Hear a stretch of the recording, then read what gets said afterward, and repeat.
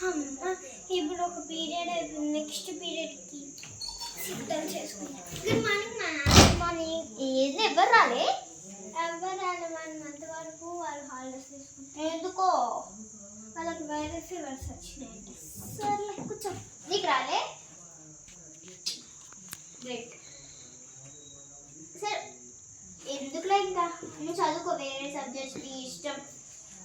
Ma'am మీ collection అయిపోయినాక మేము ఆడుతున్నాము. అబ్బా వద్దు, నాకు చాలా కరెక్షన్ ఉంది. అసలు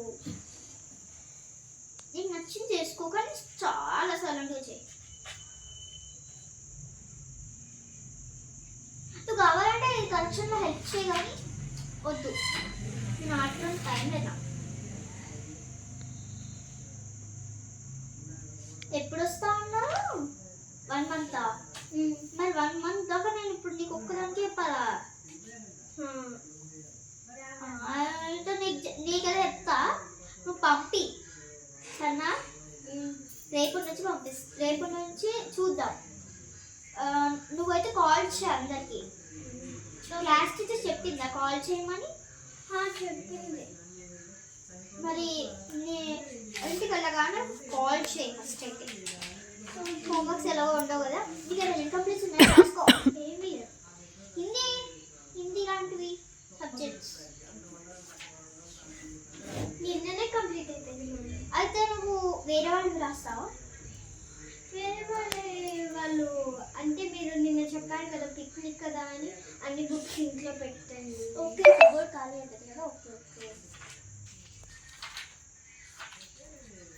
మరి ఇప్పుడు నీకు ఎన్ని కాలేజ్ మీతో పాటు ఆడుతున్నాను కదా, మరి నాకు కరెక్షన్స్ ఉన్నాయి, చాలా ఉన్నాయి.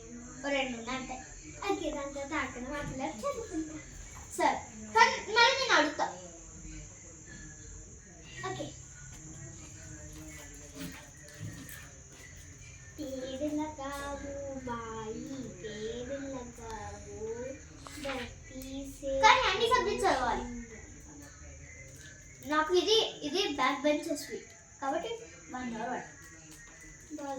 నెక్స్ట్ క్లాస్లో ఆడదాం సరేనా? ఒక నిమిషం ఆగు. నువ్వు నెక్స్ట్ క్లాస్కి ప్రిపేర్ చేయి, ఏం ఆడదాము అని. కానీ స్టోరీస్ కూడా కావాలంటే రాసుకోవచ్చు, కానీ నెక్స్ట్ క్లాస్లో రాయి.